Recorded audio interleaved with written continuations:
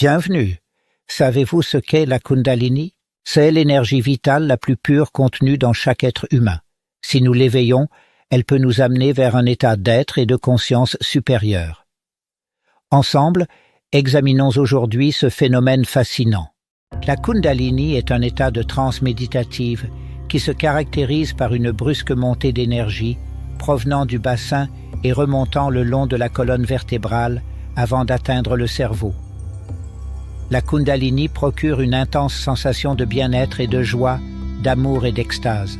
Beaucoup cherchent à activer en eux cette puissance, mais en réalité, ça n'est pas aussi simple ni souhaitable pour tous. En langage sanskrit, Kundalini désigne quelque chose d'enroulé en spirale autour d'un axe. Cette énergie des profondeurs est donc symbolisée par un serpent, car elle possède la faculté de se replier sur elle-même comme de s'étirer subitement vers le haut.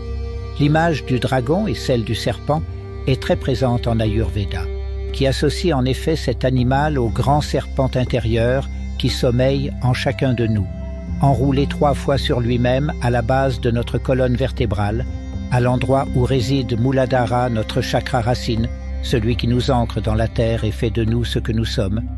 Clové au creux de notre bassin, le serpent Kundalini est immobile. Il dort. Il accumule néanmoins sagesse et connaissance par le biais de nos expériences de vie. C'est ainsi qu'il se renforce et sans même que nous n'en ayons conscience, concentre l'essence la plus pure de notre pouvoir. Notre vie entière peut passer sans que jamais ce serpent ne s'éveille. Il semblerait alors que nous passions à côté de notre plein potentiel. On peut le voir comme un cadeau qui nous est offert à la naissance, mais que nous n'ouvrons jamais. Ne pas expérimenter sa Kundalini revient alors à dire que nous ne vivons qu'une demi-vie, que nous passons notre existence à n'être que la moitié de nous-mêmes. D'aucuns pourraient croire que s'il est assoupi, c'est que quelque chose, une force invisible, le maintient volontairement dans cet état. C'est une idée intéressante, dans la mesure où cela nous amène à penser que c'est bien à nous-mêmes et non aux autres ou à l'univers de nous élever. L'effort doit venir de nous, ainsi les leçons à tirer tout au long du voyage seront de bien meilleure qualité que si tout était compris et accompli à notre place. Aussi, plus nous nous préparons à cet éveil par la méditation, une pratique assidue du yoga, une hygiène de vie saine et la manifestation d'actes et de pensées bienveillantes, plus nous apportons puissance et vigueur à notre Kundalini.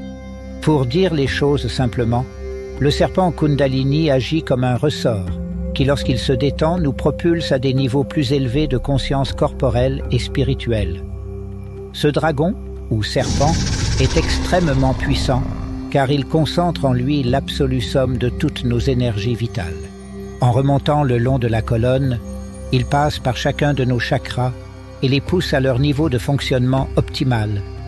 Il nous aide ainsi à recouvrer vigueur et santé, à ouvrir pleinement notre conscience et à gagner de manière remarquable en vivacité d'esprit. Sur son passage, il nettoie et ouvre grand le canal qui nous relie au monde d'en haut, à l'univers ou au divin, chacun appelant cela selon ses croyances. Chacun vivra aussi l'expérience à sa manière. Certains perçoivent sur le moment une gamme chromatique plus étendue et prétendent même pouvoir admirer l'aura des personnes qui les entourent. Leurs sens leur paraissent aussi plus affûtés. Les sons deviennent plus fins. Leur goût et leur odorat sont démultipliés. Leur toucher devient plus délicat. Il leur semble comprendre tout en profondeur et infiniment plus vite. Leur capacité d'apprentissage s'en trouve améliorée. Certaines personnes ont prétendu avoir été en mesure de parfaitement maîtriser une langue étrangère en très peu de temps après une montée de Kundalini. Il existe plusieurs manières de tirer le serpent de sa torpeur, de l'éveiller et de profiter de son élan pour nous propulser vers de plus hauts sommets de conscience. Mais il faut du temps, parfois des années de préparation, avant de pouvoir prétendre vivre une Kundalini. Justement parce que le serpent est enseveli profondément en nous, il faut apprendre à descendre lentement au plus profond de soi, en nettoyant au passage notre essence de toute l'énergie et les pensées négatives qui la polluent. Il n'y a qu'en faisant l'effort de purger son être du mauvais que nous pouvons espérer attirer l'attention du serpent et l'inciter à sortir de sa cachette. Le pranayama, ou art de respirer de façon consciente, est tout d'abord indispensable à l'obtention de l'état de relaxation nécessaire à l'éveil et à la canalisation de la Kundalini. Lorsqu'elle remonte, cette énergie emprunte un canal nommé Sushumna, autour de la colonne vertébrale. Une technique de respiration nommée la flûte creuse consiste à faire descendre de l'énergie par le souffle jusqu'à l'endroit où sommeille le serpent, en empruntant ce canal Sushumna pour le réveiller doucement. On parle alors de lui faire écouter de la musique. Il faut en parallèle longuement conditionner son bassin et son périnée avec des exercices de yoga tantrique stimulant les muscles pubo-coccygiens. Le bassin est le nid du serpent. En travaillant ces muscles, nous réchauffons ainsi notre chakra racine et invitons doucement le serpent à sortir. Pour cela, nous privilégierons la pratique du Kundalini Yoga, qui s'appuie sur la gestion du souffle, de postures spécifiques et de mantras pour activer la partie dormante du prana ou souffle de vie. La pratique régulière et appliquée de cette discipline mènera à aligner plus efficacement le corps, le cœur et l'esprit, et ainsi éviter toute dissonance énergétique entre eux lors du passage futur du serpent.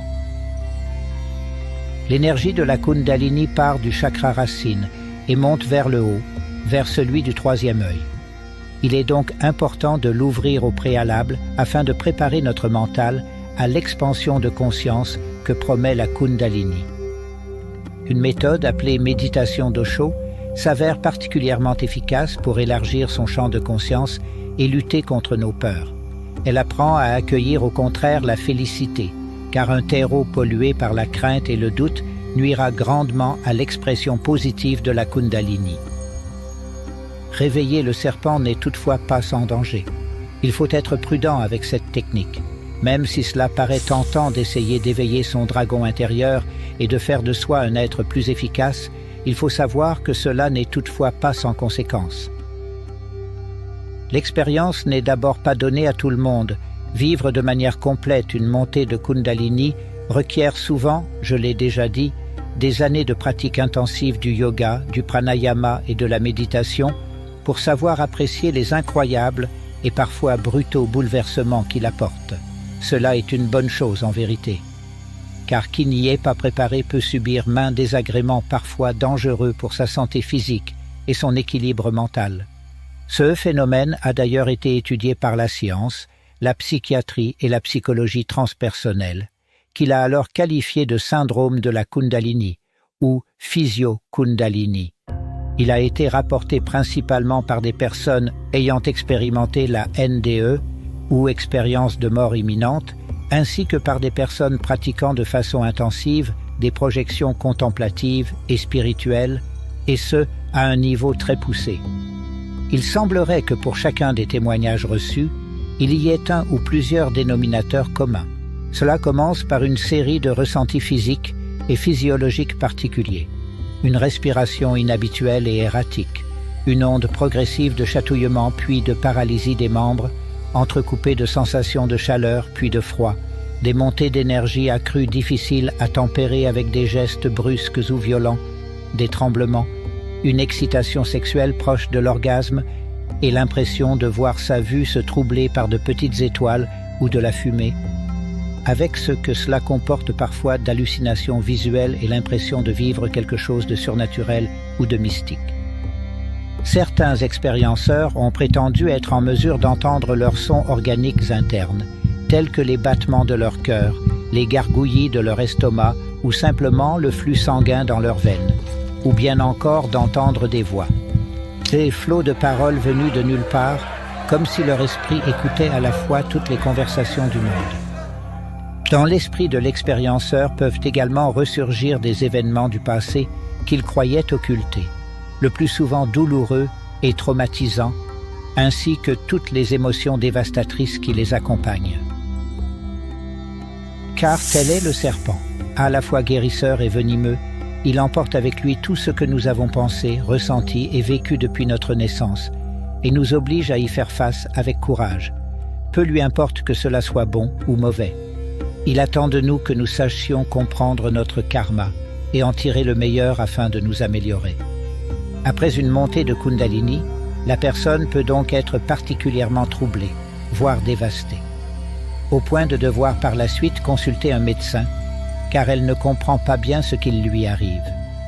Chez certains sujets, les désagréments physiques et psychologiques ont persisté longtemps après l'apparition de ce syndrome. Les plus fragiles ont alors sombré dans une dépression profonde ou la psychose dans les cas les plus graves. Le syndrome de la Kundalini est alors vécu comme une véritable crise spirituelle, que la civilisation occidentale comprend mal et traite la plupart du temps par une avalanche tout aussi dangereuse de médicaments psychotropes. Il existe un système de mesure d'ondes encéphalographiques nommé P300 qui a prouvé de façon certaine que les personnes pratiquant régulièrement le yoga et la méditation jouissaient de valeurs plus élevées que la moyenne. Après l'expérience d'une Kundalini problématique, il est alors déconseillé de pratiquer ces exercices. On constate ensuite que ces valeurs diminuent, tout comme les symptômes négatifs. Toutefois, aux yeux de la médecine moderne, le syndrome de la Kundalini n'est pas à proprement parler considéré comme une pathologie psychiatrique. Il se traite donc relativement mal, car elle ne la comprend que peu et préfère l'associer à une série de troubles psychologiques latents, exacerbés par des pratiques d'ordre religieux ou mystique désorganisant un esprit déjà fragile à la base. Le syndrome de la Kundalini est parfois associé à tort par les psychiatres à ce que les yogis connaissent sous le nom de pranotana, qui n'est en fait que la première série de transformations et de ressentis propres à la Kundalini, une sorte de préliminaire à la grande expérience. Le pranotana marque seulement l'éveil de la Kundalini, pas son expression totale. C'est parce que ces termes sont mal compris par le monde occidental qu'ils tentent les esprits les moins préparés par la promesse de sensations fortes, sans recours aux stupéfiants ou autres substances hallucinogènes. Mais si le pranotana est mal vécu par le sujet, les conséquences seront pires que ses bénéfices, et il lui sera alors fortement déconseillé de poursuivre dans la voie de la Kundalini sans un accompagnement préparatoire poussé, en compagnie d'un professeur de yoga confirmé. Par contre, si tout est fait correctement, si le sujet ne précipite pas les choses et apprend à se connaître parfaitement lui-même avant de vouloir accéder à des réalités supérieures, alors l'expérience de la Kundalini est tout bonnement incroyable. Décorporation plus fréquente, voyage interdimensionnel, accroissement de l'intuition, développement soudain de capacités extrasensorielles et médiumniques, magnétisme démultiplié, voire capacité à prédire l'avenir sont fréquemment mentionnés par les expérienceurs, en plus des bienfaits cognitifs et des stimulations physiologiques résultant de l'excitation de chacun des 7 chakras du corps humain. Chacun d'entre nous possède la capacité d'éveiller sa Kundalini. Seulement, êtes-vous prête? Saurez-vous affronter vos peurs et vos démons, tirer les justes leçons de vos expériences passées, reconnaître vos torts et vos défauts et vouloir les corriger ensuite en ne ménageant pas vos efforts? Aurez-vous la patience et suffisamment de bienveillance envers vous-même pour cela, le tout pour atteindre un niveau supérieur de conscience avec tout ce que cela implique? Si c'est le cas, ne vous lancez pas seul dans cette aventure. Faites-vous aider et guider par des professeurs qualifiés et désintéressés qui auront vraiment à cœur de vous faire progresser. C'est le meilleur conseil que je puis vous donner. Prenez soin de vous et à très bientôt.